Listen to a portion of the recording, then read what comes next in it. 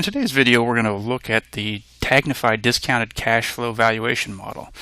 So the TagniFi discounted cash flow model, or DCF model, is a really great tool for valuing companies. Valuing companies is really important in the investment process, obviously, as it allows you to determine which stocks are overvalued, which ones are undervalued, and which are fairly valued. Obviously, with the goal being buy the undervalued, sell the overvalued, and hold or sell the fairly valued. So just walk through the mechanics of a discounted cash flow valuation, or also I call it the Buffett valuation approach. So Warren Buffett is a big proponent of the discounted cash flow model. He basically says, you can value any asset based upon your projection of the future cash flows, discounted back at an appropriate discount rate. And so that's what we're doing here with the TagniFi discounted cash flow model. In this case, we're going to run this simply by changing the ticker symbol up here in the upper left corner. I'm going to put in Microsoft's ticker symbol. We'll use that as the example today. And it's gone out, pulled in all of the data from TagniFi, and within less than 10 seconds, we have a DCF model here that has a valuation of Microsoft. So what we wanted to walk through the mechanics. Basically, we're taking in the actual data here. So we're looking at the last 5 fiscal years revenue, and we're taking the actual performance all the way down to free cash flow, calculating what their EBITDA has been, depreciation, taxable income on an unlevered basis.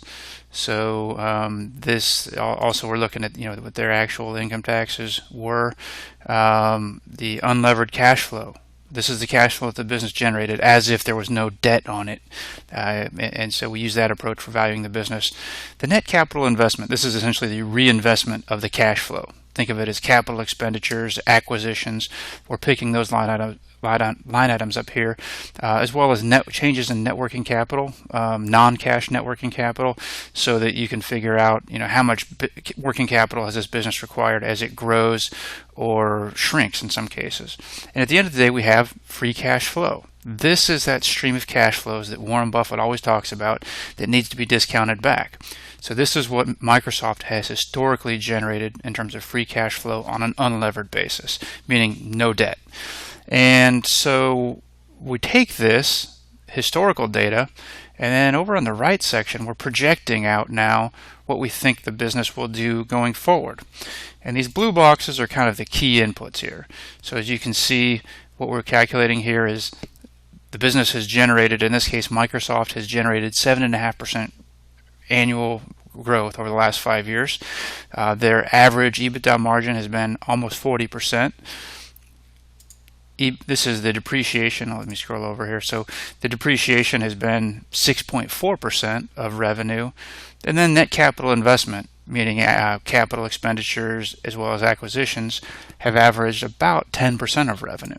And so what the model is doing is just taking these averages and growing the business going forward using these averages. So I'm going to scroll back over to the right.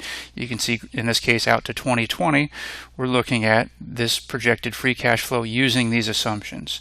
Now, any of these can be overridden. So if you think maybe Microsoft's going to grow faster or slower, you can simply just override that 7.5% if you wanted to say 10% or maybe 5%, as well as with the EBITDA margins, or any of these blue boxes for that matter. So we have the projections, and what we're doing then next is discounting that stream back.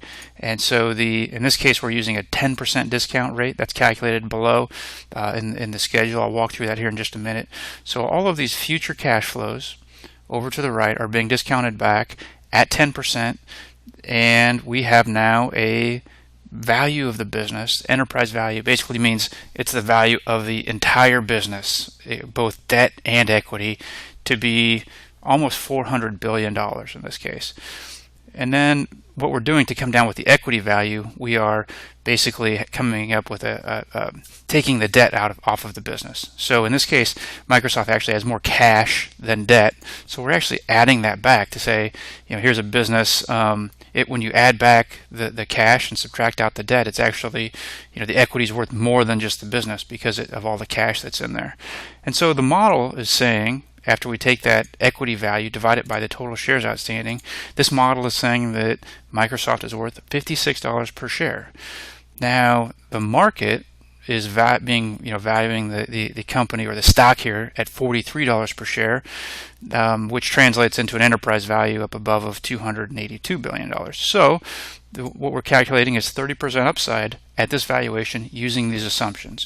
Again, any model is going to only be as good as the assumptions, and so you want to make sure that you are looking at these assumptions to make sure that you agree with what the model is putting in. Or if you disagree, we urge you to change those so that it reflects your projection for the business, your forecast for the business, because that's really important that you look at these values. So we have a nice little chart over here, shows you $56 in value for the model versus $43 for the market, and then below we have notes. So if you wanted to get into any of the detail of this model, you can see how we're calculating EBITDA, you can see how we're calculating the effective tax rate, net capital investment, where we're breaking out the purchase of property, plant, and equipment or capital expenditure, and then the acquisitions, net working capital calculation here as well, and also some of the assumptions here for the weighted average cost of capital. So that in this case we're using 10%, and also how to calculate the terminal value. So the terminal value is basically what do you think the company will sell for at the end of the forecast period, right? So in this case, we're saying, based upon these assumptions, that the company probably would sell for about $461 billion out into the year 2020. So that is the model, and it makes it really easy. Just again, by changing the ticker symbol, you can run this for any company. Put the ticker symbol in, it will take in the historical free cash flow calculation, run a projection, and value that company.